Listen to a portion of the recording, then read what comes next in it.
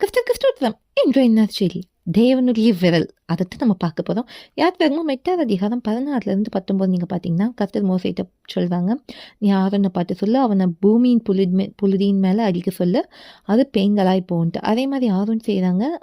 அதெல்லாம் பெயின்களாய் போய் எகிப்தில் இருக்கிற மனுஷர் மிருகங்கள் எல்லாம் மேலேயும் வந்துச்சு. மந்திரவாதிகளும் இதை செய்ய ட்ரை பண்ணாங்க, ஆனால் கூடாமல் போயிட்டு. அப்போ மந்திரவாதிங்க பார்வனை பார்த்து சொல்கிறாங்க, இது தேவனுடைய விரல்ன்ட்டு. நல்லா யோசிச்சு பாருங்க. ஃபஸ்ட்டு 2 தடவை ஏதோ ட்ரை பண்ணி கொஞ்சம் வந்துச்சு, ஆனால் 3ஆவது அவங்களால நிற்கக்கூட முடியல, அவங்க மேலேயும் பெயின் வந்துச்சு. அப்போ என்னன்னா, தேவனுடைய விரல் நீட்டப்படும் போது யாராலையும் நிற்க முடியாது. ஆனால் பார்வோன் எதிரையும் கடினப்பட்டுச்சு. நம்ம எப்போவுமே நம்ம வாழ்க்கையில் கர்த்தருக்கு பயந்து நடக்கணும். ஏன்னா அவர் மிகவும் மகத்துவமுள்ள தேவன். அவருடைய வார்த்தைகள், அவர் செய்கை எல்லாத்துலேயும் வல்லமை இருக்கு. நம்ம பார்வோனை போல எதிரையும் கடினப்படுத்தாதபடிக்கு தேவன் எவ்வாறு நம்மளை எச்சரித்தாங்க, நம்ம மனம் திரும்ப சொன்னாங்கன்னா, நம்ம மனம் திரும்பி அவருடைய பிள்ளைகளாக வாழும்போது அவருடைய கோபத்துக்கு தப்பித்து கொள்ளலாம். மந்திரவாதிகள் தேவனுடைய விரலுக்கு முன்பாக நிற்க முடியல. அதே போல தான் எந்த மனுஷனாலும் தேவனுடைய விரலுக்கு முன்பாக நிற்க முடியாது.